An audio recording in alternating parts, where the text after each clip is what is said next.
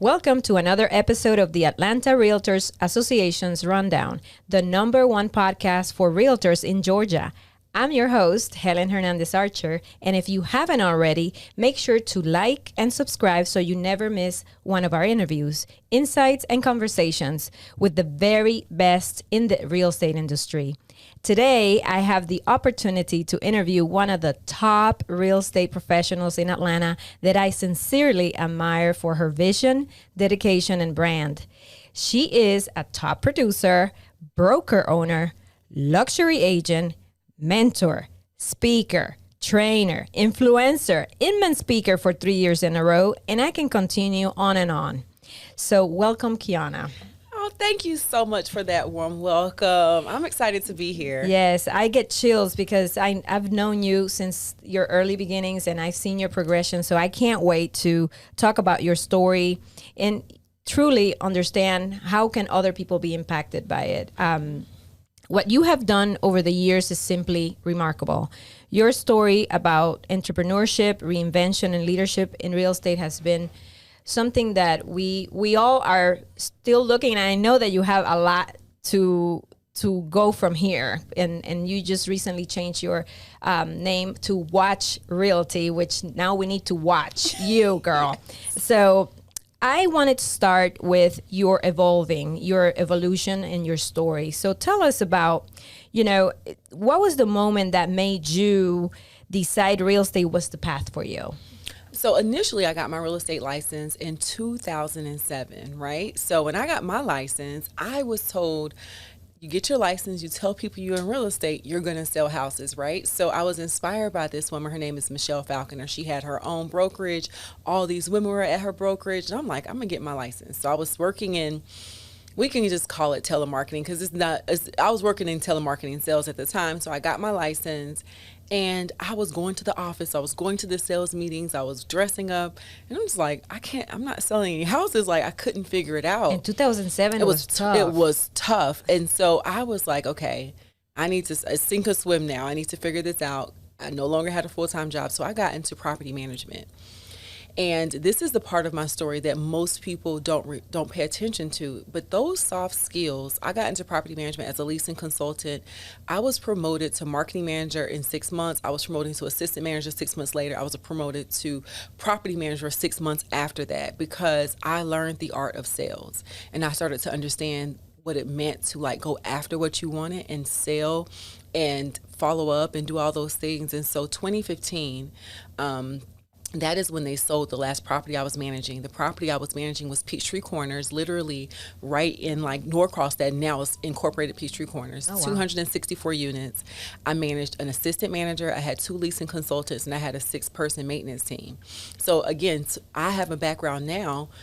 That was a good 6-7 years in property management, and it taught me a lot of the soft skills. So I knew I was ready to get back into real estate full time because now I developed a discipline, and now I had a better understanding of what it is I was supposed to do. And that is not getting dressed and going to the sales office.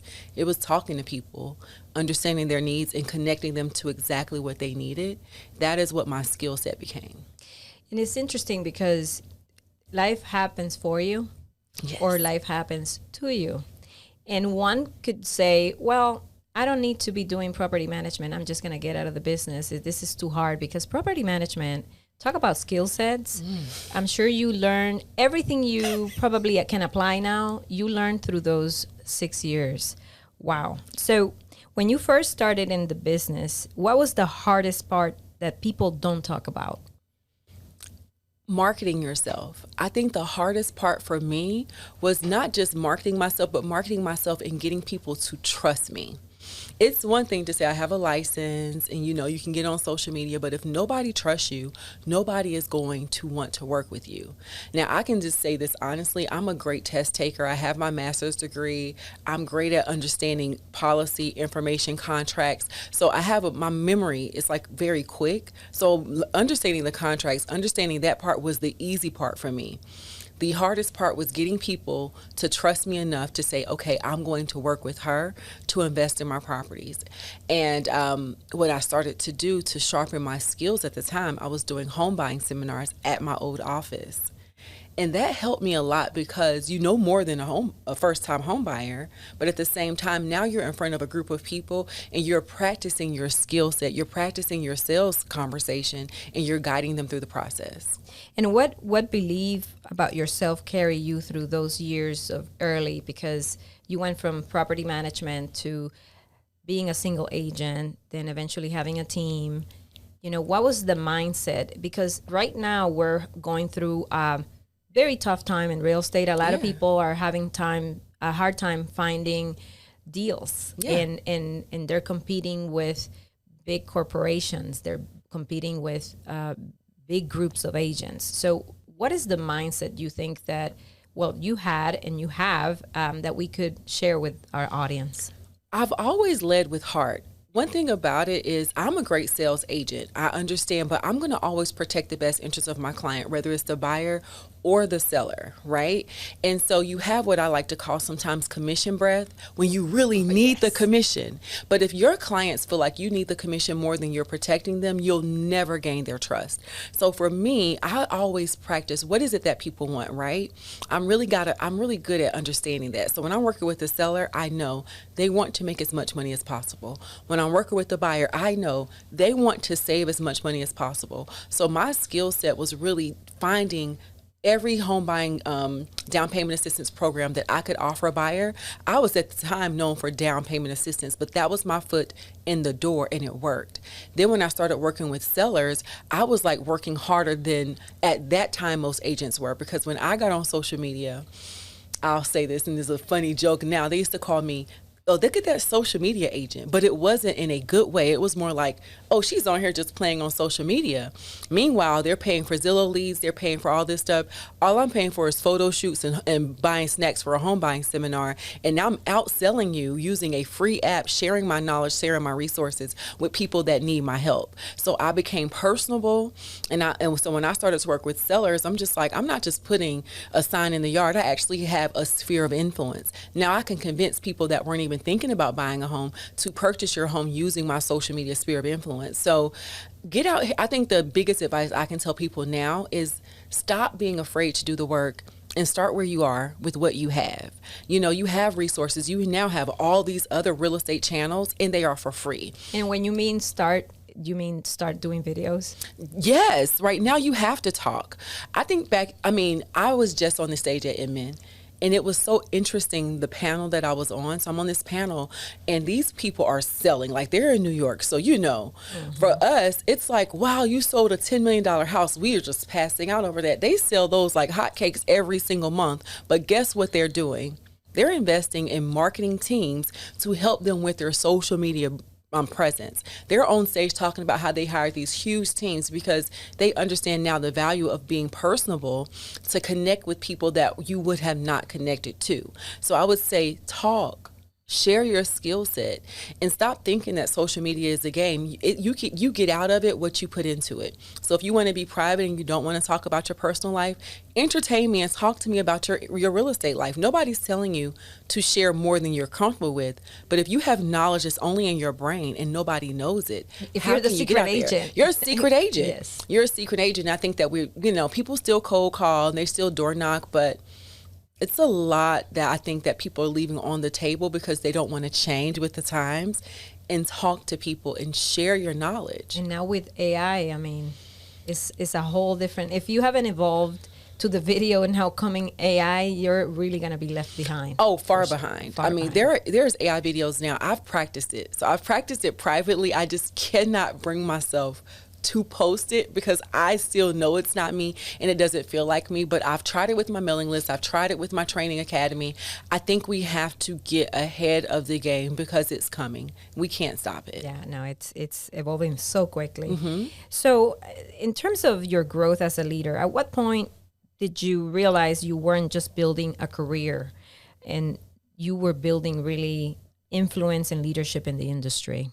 I would say when I decided I was going to leave Compass and start my own company, it wasn't even about Compass. It was just fight or flight. At the time, COVID just happened, and I built this big brand, and nobody really cared that I was at Compass. The only people that gave more respect to me being at Compass was other agents. But I've learned a long time ago, there is nothing that I should do to impress another agent when I'm out here trying to sell houses. So I need to impress potential buyers and sellers. And all they knew was Say Quiana. that one more time, please. Listen, I do not need to do anything to impress other agents. I need to impress future buyers and sellers.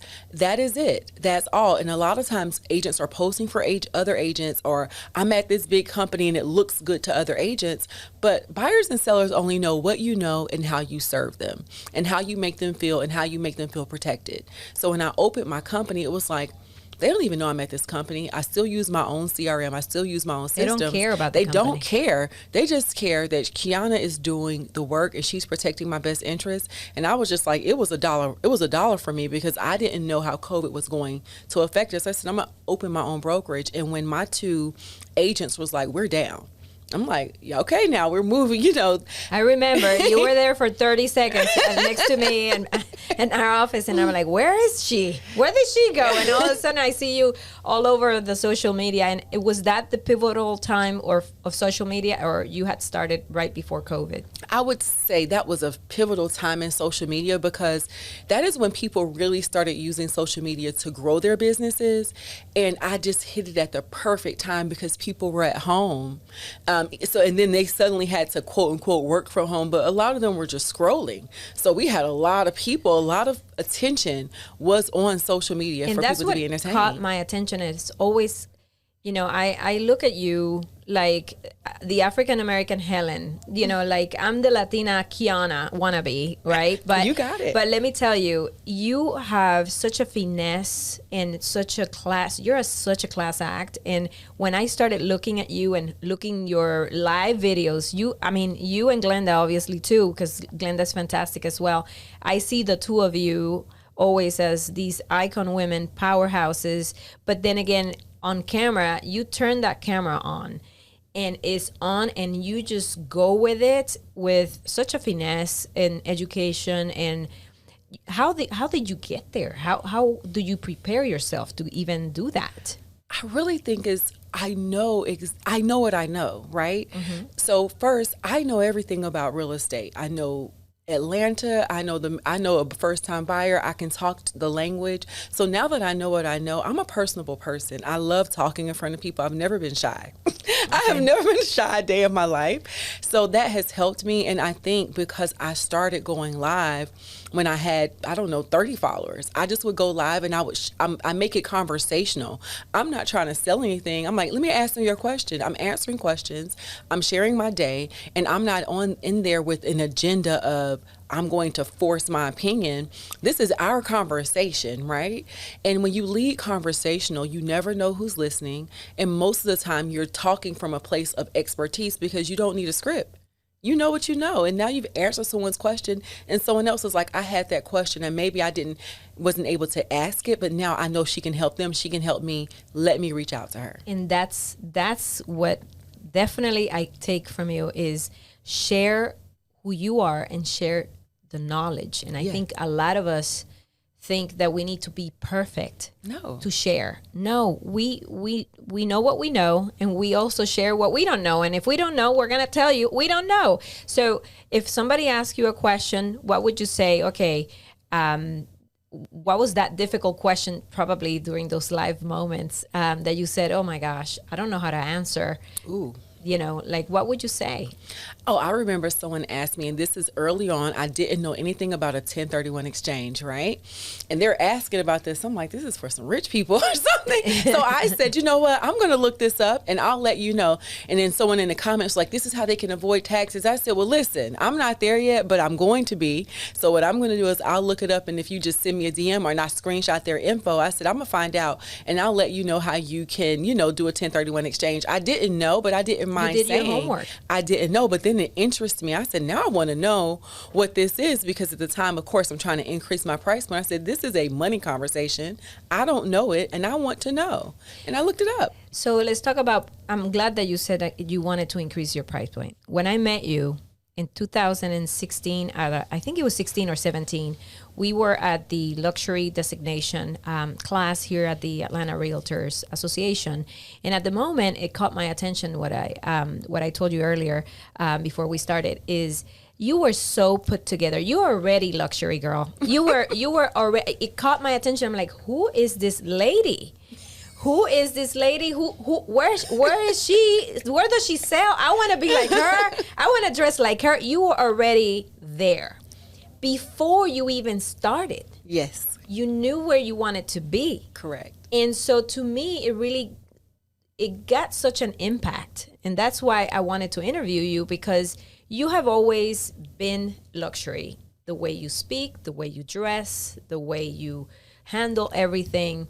And it's such an inspiring to all of us who not only do regular, but who wants to do luxury at a very high level. So what would you say to those who are listening that want to get into luxury? Yes. And they don't know how to increase their price point? I'm going to be honest, and I see this all the time, and I don't want people to get mad at me, but stop thinking that you can't dress. You have to dress the way that you want to be addressed. That is the first thing people see. They don't know you. They don't know your knowledge. They don't know where you're from. All they know is this is the visual of what I see, right? And so if you're looking to build your network, you have to dress in a way that it looks like the network you want to be a part of. Now, we know Jeff Bezos and all them, they can wear $500,000 t-shirts, but that is them. They're in the room. You want to get in that room. So start by dressing the way you want to be addressed, and then work on your language and conversational skills. Like enter a room in a pleasant way where people want to get to know you, but then also you want to get to know other people. I think it really starts with understanding who you are and where you want to go. I knew I was selling a bunch of homes for first-time home buyers, but I knew that wasn't the end for me. Mm-hmm. And I always like to be dressed polished. Now, shout out to my mom. She was like that. So I've always been like this, but I have polished. I would say I've just become more polished over the years, but that's also due to exposure, exposed to different rooms. And I understand now the power of showing up the way that you want to be addressed, showing up as your highest self. You have your first, what is that they say? You have one time, the first time to make your first impression. Correct. Something like that. Right. But basically you have that first perception that if you don't make that first perception to be the best, you lost. Yes. You've already lost them. Mm-hmm. And it happens all the time. And I think that we have to stop thinking about this industry as anything else but what it is. Maybe it'll change one day, but I think a lot of us are like, I'm going to change this industry. While we are looked at like professionals, so we're put on the level of lawyers, attorneys, of doctors, but we think it's okay to say, I'm going to sell your $3 million house and I'm going to wear a t-shirt and some yoga pants and you're going to respect me. Respect is earned based on results. So until you get the results, definitely show up the way you want to be addressed. And then after you get the results, make sure you read the room and understand who your ideal client is and still position yourself to be respected in that space. And talk about you have an MBA, mm-hmm. and not only the way that you dress and the way that you want to, the person that you want to be your client to be, but also your business grows to the degree that you do. Yes. So you did get your MBA. Was that before or during, or when was that? I actually, I got my MBA right before I got into real estate full-time. So I finished that up in like 2014. Okay. I went to real estate full-time 2015.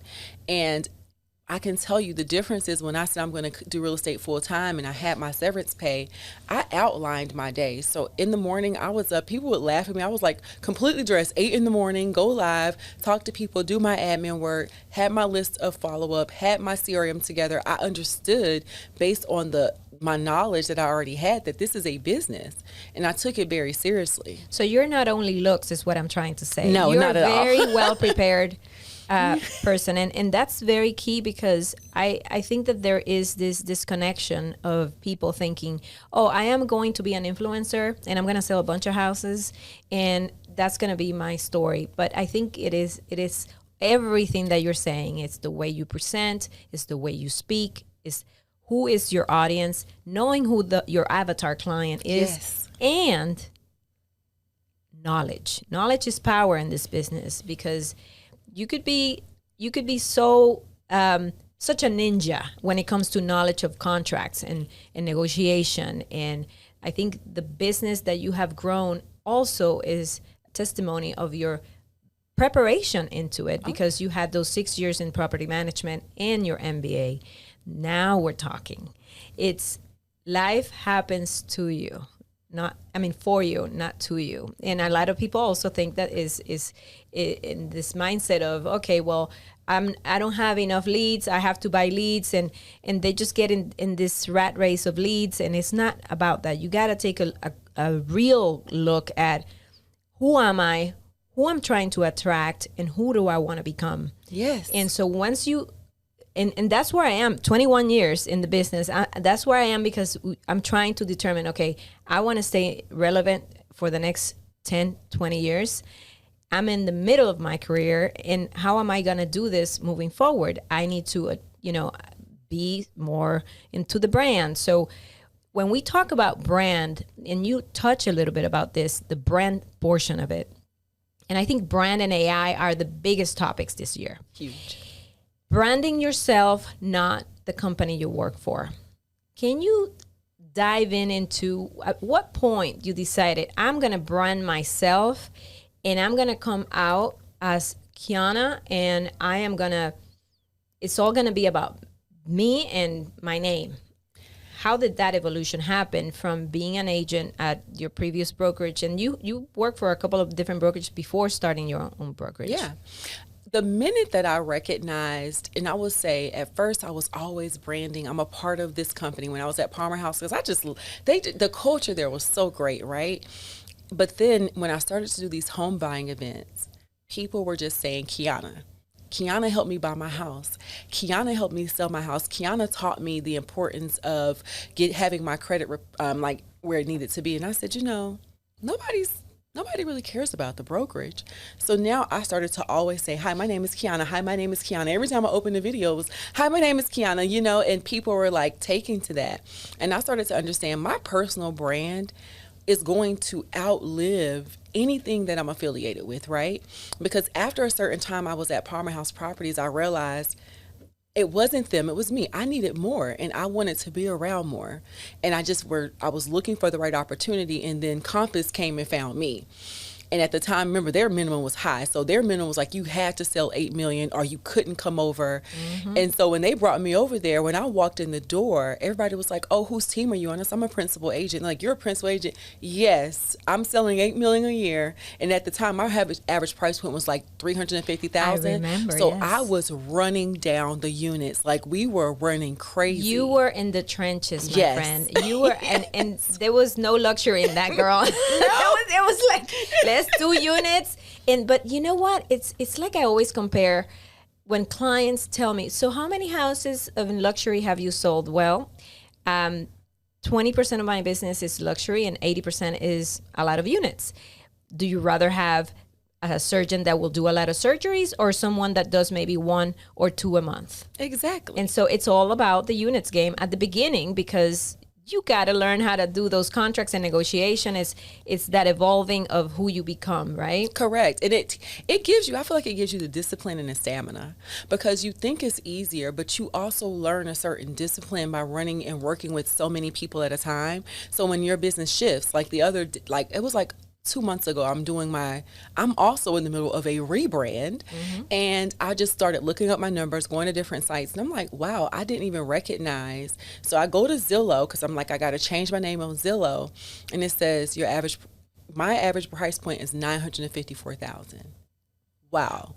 Today, my average sales price is $954,000 in our city, where the average sales price is right around $400,000, and where I started, where I was basically selling nothing but $300,000 and $350,000 houses, and this was 6 years ago.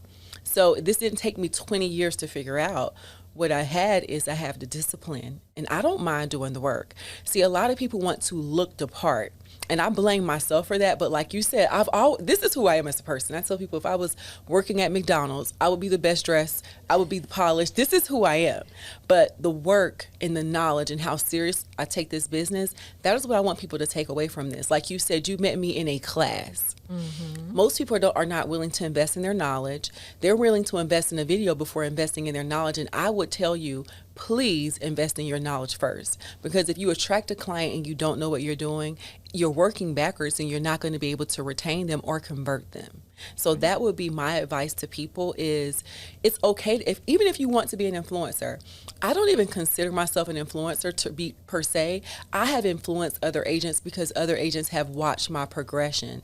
I never hid my process. You saw me working very hard for a very long time, and now you see the fruits of that labor. So that is the influence that I have. But I think a lot of agents, if you want to get in this business and you're getting in this business to influence, you're getting in it the wrong way. You should get in this business to actually serve the best interests of your clients and be transparent about your journey and growth, because then that is how you can influence other agents and also influence other people to want to work with you because they see you working so hard to get where you want to be.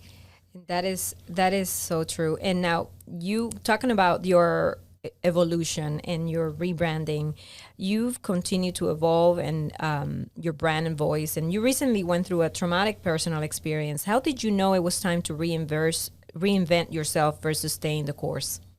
I would say after going through that experience, it taught me a lot. And it taught me that there are seasons for everything.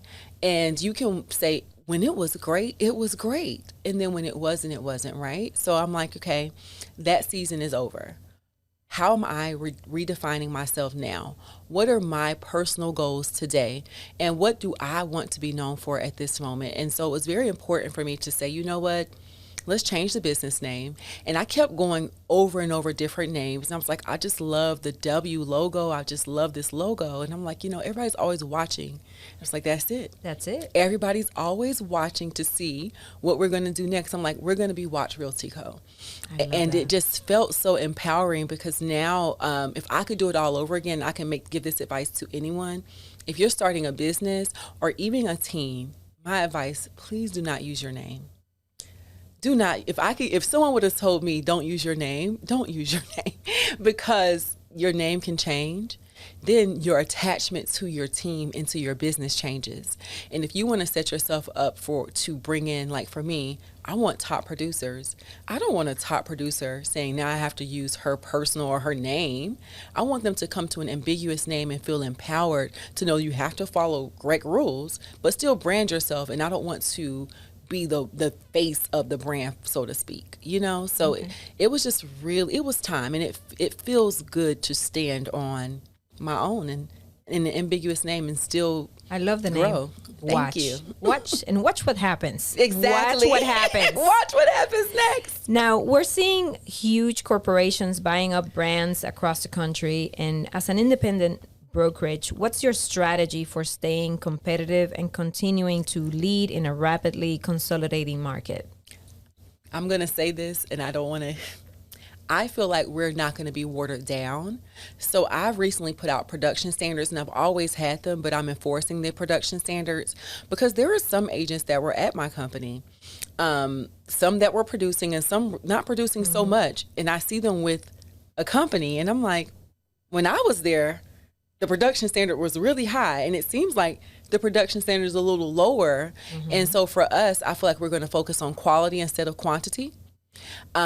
Also focus on culture and continue to let our agents lead with knowledge and letting our agents brand themselves. Like, I want to brag on my agents really quickly. I have one of my agents, she just brought a huge deal our way with a hedge fund where she's going to be listing 30 listings a month with this company, with her and her team. That is the power of having personal branding. 2 of my agents in the month of January closed houses over $2 million based on relationships they've had. Another one of my agents last month, I have to brag about him this month, has already closed $3 million in real estate. It's March.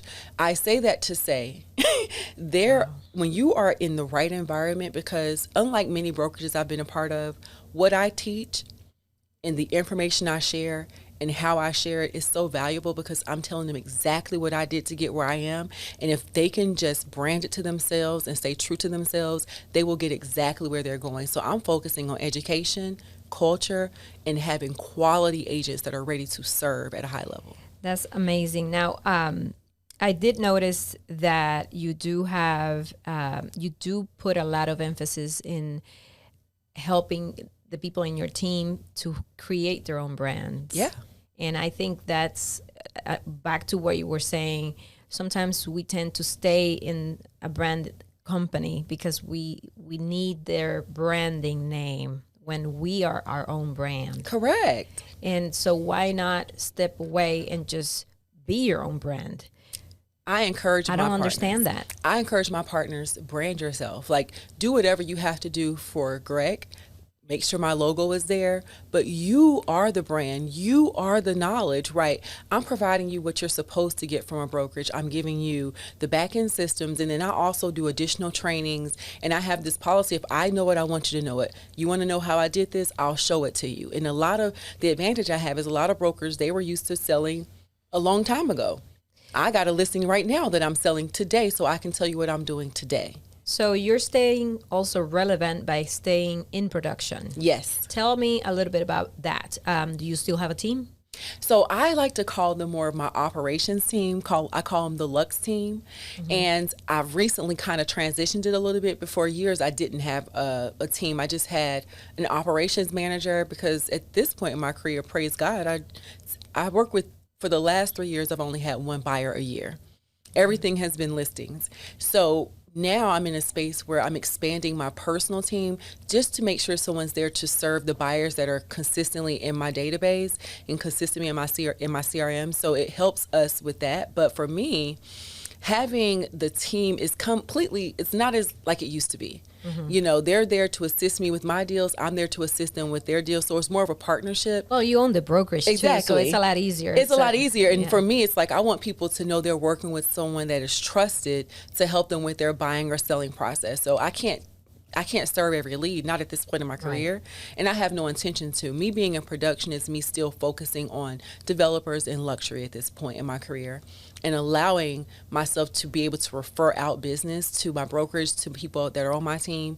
That helps all of us. So you have created a brand. Interesting that you say that, because you have created a brand that first you started creating a brand where you become the rainmaker and the business comes to you, mm-hmm. which is brilliant. Which is what a lot of us try to do, but you have done it in such a unique way that you actually step out of comfort and build your own brokerage and then use that brand to even attract more and more high-end and also agents who now they don't necessarily they're not in your team, but they're in your brokerage, and then your blessings are blessing others within your brokerage. And I think that is the power of branding. Yes. When you do it well, at the level that you have been able to do it, it works for you. You don't have to be doing cold calling and doing any of that, but you're attracting by your knowledge. I love all of this. I mean, I could stay here all afternoon. And I want to double down on that. I feel like the blessings come down because people have watched the same way you've watched a journey. People have watched. I had, and it's crazy enough, one of my agents, she's on a team, and she was closing a deal with someone. It was a small escalated issue, but I got in the middle of it. I talked to her, and she said, Quiana, I have been watching you for almost 7 years, and I knew when I wanted to buy, I wanted to work with someone at your company. And it spoke volumes because people now know I may not be able to buy my first home from her, but I can still support her by buying my first home by someone within her company because they know I take pride in our brand, our education, and I want everyone that's a part of Watch Realty Co., I want us to move as a unit. I want us all to operate in excellence. I want us all to be the first thing people think about. So I represent our company, I represent us, but it's a good thing because the blessings flow down. Right. And that has always been my goal. So for you to say that and you to see that, and that has been my goal, I am so grateful that it's worked out. And it's interesting because the biggest thing that they sell us when we start in real estate is build your team, build your team, build a team. And then you build a team, but then the services, like my husband always says, yeah, you can have a team, but they want the quarterback. You are the quarterback. And if you're not providing the same service, if your team is not providing the same service and heart that you give, that's when it fails. Yes. Because they want you. Yeah. But if you as a leader, you're not able to give everybody to teach everybody the same way that you do the business, then that's when the brand dilutes. It's diluted. You have to be diligent. I feel like you have to be diligent in training people. This is what it takes. So if this is what I'm doing and it's worked for me and you see the numbers, and then what you're doing is not working for you, why would you deviate from what is working? If I'm sending you a lead, yes, you need to have that onboarding process. Yeah, you need to have the detailed email, the detailed follow-up, the conversation. Your offers, I had someone from your team. I love that you put, I remember a couple of years ago, you sent us an offer to one of our listings. And I remember, I think in the subject line, you put your best offer or your winning offer. Yes. And I'm like, who is this? Right? You remember this? Yes. You were doing this during COVID, yes. I think, because there were so many offers coming in. And when I saw that in all caps, your winning offer, I'm like, oh, who's this? And I'm like, oh, it was the Watson Realty Group. Oh, it's Quiana. I'm gonna talk to this girl right here because I love the audacity to say your best offer. Yes. And so I think that trickles down from you, and it always comes from the leader. So kudos to that, because I think also, success comes also from the sacrifices that people don't see. And so to talk about that, what is something that you had to give up or change, let's just say, in your life to become the leader you are today? Because there's a lot that people don't know behind the scenes about you. But, what is the one thing that you would say that you had to give up to get to where you are today? I had to shift. Nobody has a big ego, but to sell it a lot, you have to have a little bit of an ego about who you are and what you do, right? And when I knew I wanted to transition, I want to work with developers, I want to build this company, it could no longer be about my numbers. I cringe about it to this day. When I first opened my brokerage, why did I have myself with my picture on the leaderboard? So I'm on the leaderboard as the number one agent at a company that I own. And then I'm like number one on all categories and number two, number three for the agents at my company. And it took me, after that first year of owning the company, it took me the following year, I did it the first month, and I said, this is not right. And I have never put myself on the leaderboard again. Whatever happens at Watch Realty Co., I am not on the leaderboard. And people that join my team, when I have my small, intimate team, it's only like 2 or 3 of us, I tell them, you're never going to get recognition for being on my team. It's almost like I'm fighting. Why would I fight against my other agents? It's not fair. You'll get recognition for what you do individually. I do not put myself on the leaderboard because what I do does not count. I want people that at my company to be so empowered, so they're the number one agent, you're the number 2 agent, you have done this. And it took me understanding that you can't lead a company and also want to be the number 1 salesperson at the same time. So for me, it's like the only thing that I want to do is I want to continue to serve my developers. I like to continue to serve the luxury market because I want to see how far I can take it. But I'm not interested in being the number 1 salesperson at my company. And if you're going to be a great leader, you have to release yourself of that, because that will keep you in the field working when your goal is to position yourself to watch everyone else flourish. Now, if the younger version of you, the woman just starting out right now, could see you today, what do you think she would say? She would be proud of me. Mm-hmm. The younger version of me would say, girl, it worked. Like, I know the younger version of me would say, Quiana, those sacrifices were worth it. Mm. And I sacrificed a lot. I've worked very, very hard, and now I'm in a space where I unapologetically allow myself rest. I allow myself boundaries. I allow myself to say, you know what, you cannot serve all these people. And because for a long time, I was up early and I was up late, and I was sacrificing time with my family and sacrificing personal time because I knew the vision that I had. And so my younger self, I would say it was worth it. I would say it was worth it. There's nothing great that's going to come without a period of hard work. Now, thank you for sharing that. And if you're listening, I saw how emotional you got, and I just want to say that thank you. Not to get emotional, but I know that it came from the heart, and I wanted to say that if you're not watching on camera. But if a young agent listening today wanted to build a career with the impact like yours, what advice would you give them that most people won't even tell them? Most people won't tell them that you have to put people first. I think we're so caught up in the numbers. Like we have crazy enough. We have the top producers coming tomorrow, right? And everybody's like, I want to sell 25 million. I want to sell 10 million. I want to work with 100 clients, right? But we're forgetting about the people. And what I've learned over the years, all those first-time buyers became sellers. Mm-hmm. And then a lot of those sellers they moved up to closer to luxury homes with me. And that's because from the moment I met them, I treat them like people and not numbers. So you build relationships. These are people's homes. You're building relationships with people. People are not transactions. People are not volume. People are just people. If you put people first, your business will flourish. People first. I love that. It's a people business, and we tend to forget that it's, we want to be the competitive. Like you said, like tomorrow, it's the competitiveness of us, and me included, girl. I am very competitive with all things, and but it is a people business, and we have to keep that in mind, not get attached to the outcome.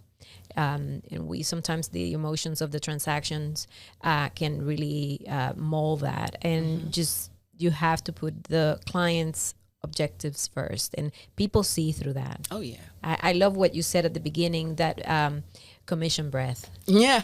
People can smell that commission breath. Yes. Now more than ever, probably. Now I have a couple of fun questions before we close out. Okay. Our audience asks, and I'm personally want to know, how many shoes you owe? I tried to do like a visual. Let me give myself like a visual. I think I have modestly probably like 65 shoes. Oh, really? 65. Okay. 65. Okay, I forgot about the boots. Okay, maybe like 85. Okay. 85 Under shoes. 100. Okay. We're good. I thought that you were going to say 200. I'm No. whoa. Okay. I think it's close to like 85. So how big is your closet? Okay, so it's a room. It's a room. It's not a a closet. room. Okay, that's what I knew that you were going to say. That it's a room. It's a room that has been built out to be a closet. Yes, of course. We didn't expect anything less. Are you kidding? Now, do you have a personal shopper, or where do you shop, and how is that experience with you? So I have two things. I have a personal shopper, and the thing with my personal shopper is I'm just like, my style is my style. Like, I know my body, I know what works for me, and I know how I want to dress. So I'm just very clear about it. So as much as they're like, let's go to the left, I'm like, let's go back to the right. Now you can you can experiment a little, but I do not like to go far beyond what I know my personal style is.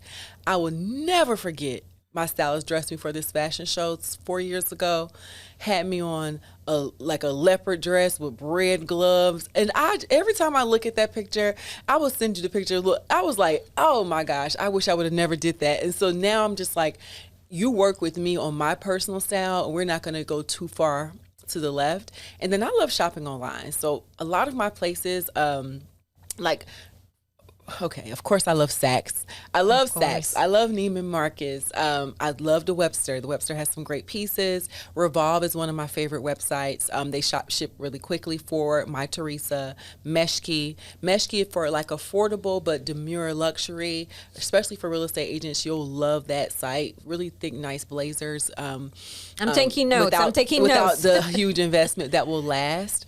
And if I want to just even in the spring, my favorite pastime is Zara. I love Zara because I feel like Zara has some great cute pieces, and you can incorporate it in your style. And one tip for agents, the reason I started to wear more neutral colors, it wasn't because I didn't like color. I wear color a lot in my personal life, but in business, I'm always filming and I'm always on camera. So it's easy to wear a white blazer 3 times and nobody's going to notice. It's easy to have a neutral toned suit, and you can wear different styles and it won't be too much. So if you want to get in this industry and realize you are going to have to film, didn't we say that? Yes. You have to film more. Pick a palette that's easily that you can wear. Yes. The colors is important. I think for camera, definitely you don't want to be, with a bunch of colors. Like a hot pink suit. No. Like, you know what? I mean, if you can wear that, but it just doesn't. Yes. I don't think it's easy to continue to wear. Yes. So thank you so much, Quiana, for sharing your story of reinvention and bold moves. Your journey proves that staying true to your vision can keep you ahead no matter how big the competition. And for you listening, take notes, be inspired, and watch what's next for Quiana. Thank you so much for tuning in. And if you found this helpful, be sure to subscribe, share it with a friend, and keep building the business you deserve. Until next time, take care and keep moving forward.